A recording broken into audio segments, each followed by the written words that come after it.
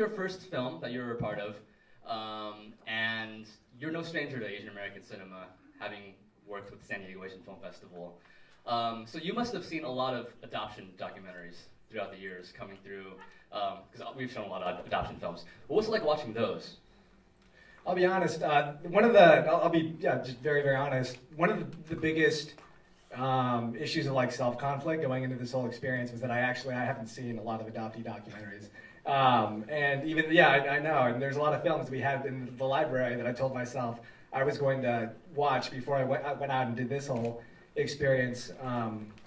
But for whatever reason, it never happened. Were you avoiding them? I wasn't avoiding them, no. There really isn't a good reason as to why it never came around. Okay. I've got a lot of adoptee filmmakers, though, and people that I've become friends with in the community. The only film about adoption that's notable that I can talk about would be My Father, the one with, but that's not a documentary though. The one with Daniel Henning. Anyone who's seen Dan perform or seen him on YouTube knows he's bigger than life. He's a performer.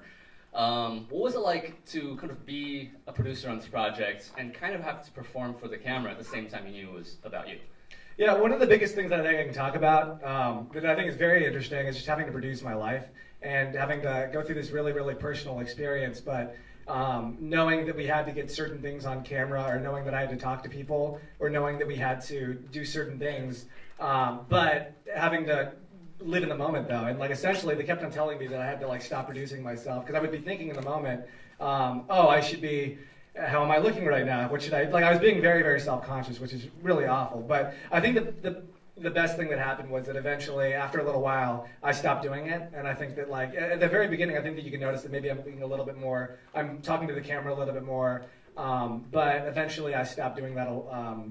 And that's when I think that I really started opening up, and I think I had some real emotions. But near the beginning, I was really focused on just things that I shouldn't have had to think about. I think like more producing things, and so I thought that was just very, very interesting for me to have to like live it, and then but also realize that this is something that could very potentially like affect my relationship with my family for the rest of my life. But also going into it knowing that we had to film certain things and get certain things done. So it was just a very interesting circumstance. How did you approach them about the family in Korea about making a documentary that features them quite prominently? Yeah, so we originally wanted to film the initial meeting. So you guys noticed that we weren't allowed to film the initial meeting. That was a really difficult thing to ask too. Like I really didn't want to have to ask whether or not we could film, but the people that were helping me produce this film kept on pushing me. You need to at least ask to see if it's okay. So we did make the initial ask, but they weren't comfortable with it, as they should be. And to be honest, I was very uncomfortable with it too.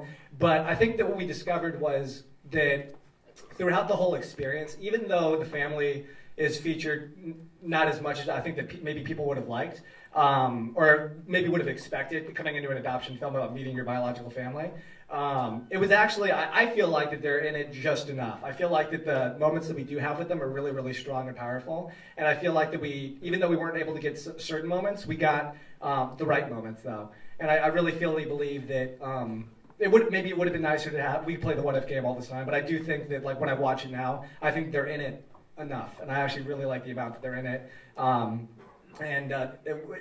Honestly, they weren't, up until the moment that we were on the island with them, they were very, like I actually was very worried about, I was also very protective of my family too. I was very protective, especially because we had all these cameras around and it's my first time being with them. And so you can only imagine how confusing this would have been for my biological family to like meet me for the first time and have all these people around me that they had no idea who they were. And so on the island, I remember we were taking the bus down there, and at first my brother, I knew that we could film my brother, but my brother told me that, oh, our father's gonna come pick us up. I didn't know that my father was picking us up at the bus station, so they were filming me as I was getting off the bus. Like, we gotta stop filming immediately. Like, you can't see these cameras right now. Like, this is, we can't, it can't be like this when I first see them. So we had to turn it off, but eventually they just got very comfortable with the cameras being on. The next day when we were walking around the island, they were very comfortable. We had the cameras filming a lot, and they didn't say anything. They just kind of went with it, so that was really nice. And then we got more footage as the week went on. So. I'm sure there's some questions in the audience. You want to get things started? Yeah, here. You should warn us to bring Kleenex. That's not fair. And also, the music was so good. Thank you. Is that easy to find? If I go online, can I see who all the artists are? Yeah, absolutely. I'm a big, I'm a big fan of Asian American, or just music in general, but there's a lot of people within the Asian American community that have music featured prominently. There's an artist in particular, his name's Big Phony, or he goes by Big Phony. He's based out of Korea now, but he's a friend of mine from the United States, and his music was used at very, he had all this literally sad music when I was leaving. Like, he was actually perfect music from whenever I was leaving somewhere, like we play his music. And it's funny because I was just, I'll talk about this later, but I was just in Korea back in March visiting. I actually went back to Korea to visit my extended family. But like everywhere I walked, I just had Big Phony's music in my head. I was like, I can't get you. But the music is all online. A lot of my, I felt it was very important, especially in creating this documentary, that it's very music heavy. Like I'm a musician myself, and so it was really important to me that like my music was featured heavily throughout it. And we actually released the documentary online as well as my album at the same time to kind of support one another. And so it was kind of like this interesting way to not necessarily market the music, but it was a really great way, I think, expose the music in a way like this documentary. It's a companion piece. It was done really well with the music. Thank you. Thank you very much. Did you find that you were writing songs differently as a result of this experience? Yeah, when I came back, I think that I was able to. I actually the goal was to actually put out an album before I went out to Korea, and I'm actually really happy that I didn't put out that album when I went out to Korea, because when I came back, I was stuck in writer's block for the longest time. But when I came back from Korea, I had all this amazing material, and so it was really interesting how my writer's block just instantly went away because I had. So a lot of the songs on the album are about adoption. Or at least influenced by this trip. In the back there? Did you find out if you were fraternal or identical twins? Good question. We are identical twins. Yeah, we found out. Again, it doesn't look like it. And to be honest, all I have is a phone call telling me that I'm identical twins with them. But I think that we are, though. I think that it would be very difficult to think otherwise. And to kind of speak on that, one of the most interesting things about this whole experience was just how I felt like that. This is going to sound really silly, but like I felt like that my life was being played out like a movie while all this was happening, because all of this amazing information that was happening, I was getting, kind of just all happened like it was kind of a coincidence, but it happened like the most perfect timing. That right before I go out on this trip, I find out like a month before that I got like a twin brother and all this information, and then like I get the email from the woman saying, oh, you guys are actually blood related, the day that I was going to meet them. And then like one of the final days of the trip, my final day in Korea, I was with my biological family, and I'll never forget it. Like I wanted to spend a little bit more time with them, and so we were walking around Seoul together, and we were inside. We were at some kind of a museum, and then my brother gets a phone call, and then he gives me the phone. I'm like, oh, this is weird. Who's calling me on your phone? And he did it really nonchalantly too. He's like, oh, here's the phone, and it was the doctor that we met that said like, oh, she was really surprised that the DNA results said that you guys are identical twins. And so I got that information like right on the last day. But the weird thing is that my brother had gotten that information on the phone too, but he didn't seem like fazed by it at all. And then like he handed me the phone as if like I was ordering a pizza or something. Oh, okay. Didn't tell me who it was. So I thought that was just very fascinating. But we did find out we're identical twins, and I'm really happy that we decided to do the DNA test, because I don't know whether I would have thought that we were fraternal twins, and I think anybody who looks at me, it looks like we're fraternal twins, but we're identical, which is really amazing. Right here. Dan, are your parents and your sister, do you have plans to come to the United States? Have they been here? They've never been to the United States. I think that they would like to come to the United States, but I think that it's going to be maybe a little bit longer to get them all to come out here. I don't see it happening in the foreseeable future, but maybe like in the next 5 years or 6 years, hopefully.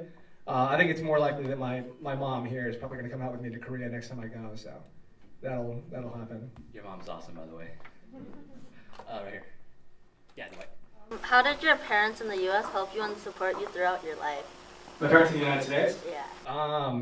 They were really, I think that any adoptee can say that they've had very unique experiences growing up. I know that I had a very unique experience growing up. None of our stories are the same. If I talk to an adoptee that maybe grew up in the same city as me, maybe we'll have like a similar circumstance. But I can definitely say that my parents were very supportive of me. I've never had any issues whatsoever. Like as their child. They're very supportive. They were very supportive of me making this film. As you can tell, my mom was heavily featured throughout a lot of it, so she was incredibly amazing throughout everything. And the rest of my family, my grandma, my uncles and aunts, they've been incredible through this whole experience too. Right there. Yeah. Yes, you. Oh, so at the beginning of the movie, when you first met your mom, it seemed like you kind of had kind of ambivalent feelings about meeting her, like you felt this distance. So has that changed in the years since? Yeah, I definitely feel a lot more of a connection now that I think that I've had time to process whether or not I'm actually, at first it was still hard to believe that they were my family, but now I definitely feel more of a connection. When I was out there, again, I went back out to Korea in March to meet more extended family, uncles and aunts and other people that are related to me. And when I spent a lot more time with my biological mom and dad, and being with them, I could feel more of a connection. I felt really, we can't communicate, like it's really difficult to communicate with them, but it was really nice to just be in the moment, and I could feel more of the connection, yeah. Hey Dan, so your brother says he likes to rap too. Have you rapped with him, or you have any plans to rap with him? Great question. Yeah, we have a song together. Wow. Yeah, so I had him, right when I was putting out the album, at first it was just a joke that maybe he should do a song with me, but then I was like, we have to do this. So he sent me I sent him the track, and then he recorded it on his iPhone, and then he just emailed it to me.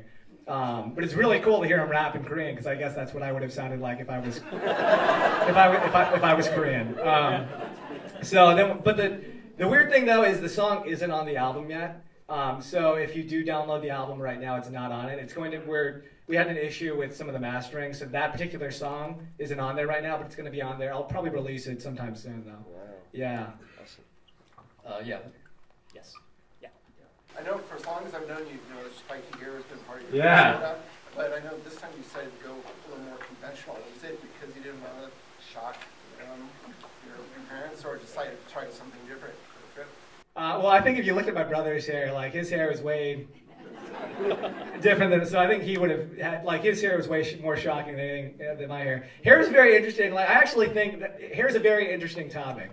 And it's very interesting for me to see that, like, even though we didn't necessarily have the same haircut, hair's been a very important thing to me, though. And it looks like it was a very interesting and important thing to him, too, that he's got a very unconventional haircut in Korea. And not that I'm obsessive about my hair or anything at all, but because I'm wearing a hat right now. But it was very interesting to see, and I that's probably in the DNA that, like, we both have very interesting haircuts, and that hair was very important to us, like while we were in college and growing up now. It's become a very weird thing in my life. Yeah. You were in Seoul while you made this, Seoul, Korea, and when you made this. How long were you in Seoul for when you made this movie? We were in Seoul for about, the whole trip was about 2.5 weeks. And we were in Seoul for the good majority of it. We were down on the island for about 3 days or so, but everything else is in Seoul. It's a good movie, too. And thank you. You rocked the Casbah.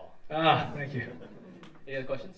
Yeah, right here. So many kids resent their parents for leaving them. So would you still recommend those types of people to go find their biological parents?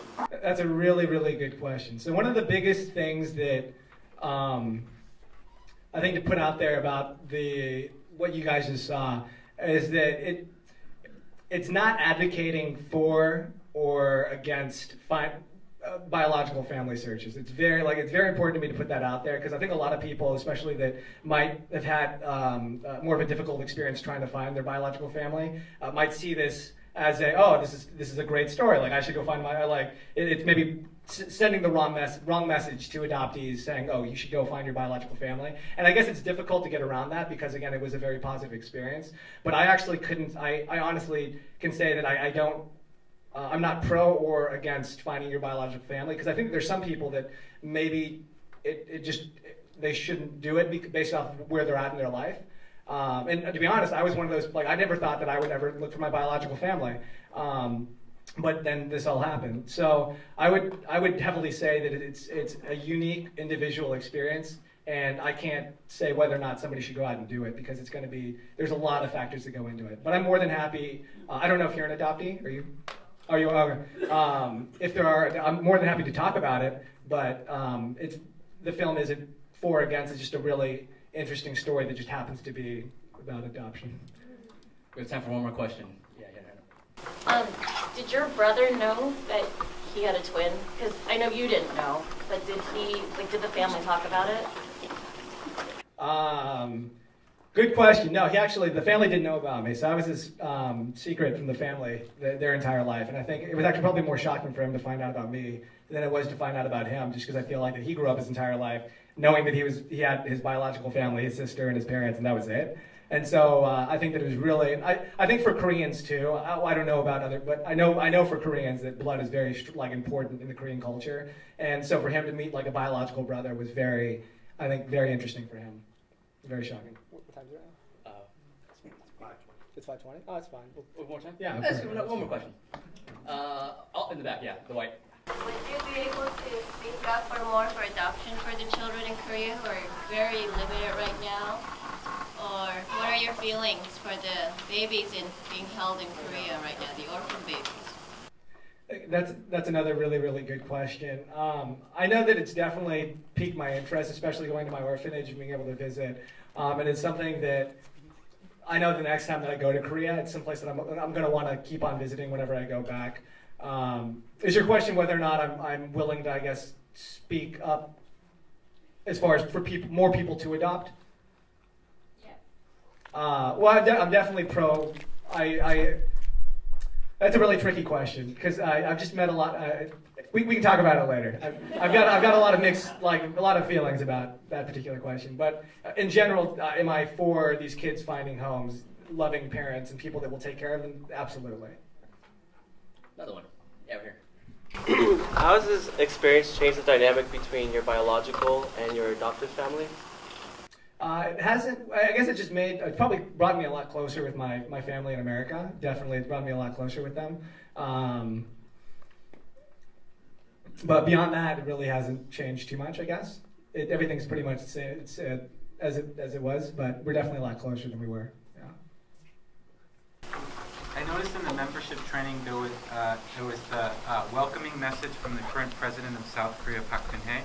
So I'm wondering what it felt like for not just your family, but for the nation of Korea or the representative of the state to be reclaiming its children. Another really good question. I'll answer this one. That was actually a big conversation when we were in Korea. And I'll be honest, a lot of adoptees were really not happy with being in Korea, and not that they had felt, a lot of them they'd come back to Korea maybe even like 10 years before, and they had always felt like whenever they came to Korea, it felt like outsiders, and they always felt like the Korean people never wanted them there. Like you're not actually Korean, you were raised somewhere else. And then for a lot of Korean adoptees to come back to Korea now, and I know that recently, I think there's this, as you mentioned, there's this big campaign to bring back Korean adoptees to Korea and get them to stay in Korea and to be more culturally acclimated. And everybody's very joyful about Korean adoption. So you're back, and they want to, as you mentioned, kind of reclaim that you are Korean. Welcome back to your country. So a lot of adoptees were kind of very negative in that experience of being in Korea. And I talked to a number of them that just felt, not that they were being talked down to, but just felt really uncomfortable with this idea that they maybe even come back to Korea recently, and it felt like the country didn't want them there, and now the country wants them there, and it's kind of like flip-floppy, I guess. Was the conference probably funded by the government? Part of the conference was definitely funded by the government, and they made big. I don't want to go into it too much, but there were a lot of big events that were put on by Korean sponsors to make these adoptees feel more like, oh, welcome back to your country. For me personally, I can talk from a personal stance that I never felt that way, and mainly just because I've always had a pretty positive outlook about my adoption and my experience with Korean culture. But I know that there were a number of adoptees that felt uncomfortable about. So I think I understand what you're talking about. Bit of a follow-up, Dad. Great movie, by the way, fantastic. Do you think you could release this movie in Korea with subtitles or in Korean? Yeah. So the way that we shot it, and actually it's really important for me to put that out there, is that our distribution for. It wasn't shot as a film. We actually didn't realize that it was going to work as a film until we saw it when we premiered it. Actually, it was shot as a TV show, so it actually is playing in Korea on Arirang TV, And so it was shot as a TV show, and it's currently playing over there. It's on YouTube too, and so it's very accessible for the wide public to be able to see. And it was a really big thing for me to want to put it out there so that people could see it for free.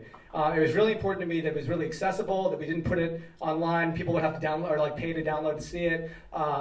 We wanted to make it as easy as possible. And with a lot of YouTube is kind of the most common denominator. People can watch stuff on YouTube really easily. And not even just in the United States, but a lot of people around the world can see it really, really easily, except for places that YouTube and Google are illegal. So it was really important to me that it was out there on YouTube, and we have no ambition to really, I guess, put it out as a feature length in Korea. Hopefully people are able to see it. It seems like people in Korea have been able to see it through Arirang, and if they haven't, they've been able to watch it on YouTube, which I'm really, really proud about. And so if you guys have a chance to, please find it on YouTube. It's on ISA TV, and you can share it there. Or you can watch it on Hulu too. It is on Hulu. But I would prefer if you watch it on YouTube. We would prefer if you told your friends to watch it on Monday when we replay. Good plug. On that note, let's get a photo of you with the audience. I mean, it's great to have a packed house for this. Absolutely, yeah. And if I could say one more thing, just because I know I do have to leave really immediately, so I don't think I can talk to anybody, but it just means so much to me that you guys all came to watch this film today. Being from San Diego, I mentioned this at the beginning, but it was such an important thing for me to be a part of this experience. And it's crazy to be able to say that to go from just being an intern and volunteering for the film festival to working for the film festival, now having something here, playing at the film festival or the Spring Showcase. It means the world to me. And I know a lot of you guys came from some far away places, and I really am just so thankful that you guys are here to watch it and enjoy it. It was meant to be seen. It was a really crazy experience that I had gone through, but it's something that I really wanted to put out there. And I really feel strongly, especially as an adoptee, there's very little content, at least that I've seen, that kind of relates to the adoptee experience, especially like on an online, like easy to find, accessible medium. And it was just so important that, and so cool to be able to do this. So it's just really meaningful that you guys are all here. Thank you so much. There's a lot of really amazing people that are here that I just never thought would want to like watch this. So thank you guys from the bottom of my heart. Thank you guys. I appreciate it. And then if you want, thank you, Bianca. And then if you guys want to communicate with me more, though, I am on Twitter and Instagram. And so if you guys can, please, if you have any questions whatsoever, Dan, a.k.a. Dan, is my Twitter and Instagram. And then you guys can find it on YouTube and the music and whatnot too. So thank you.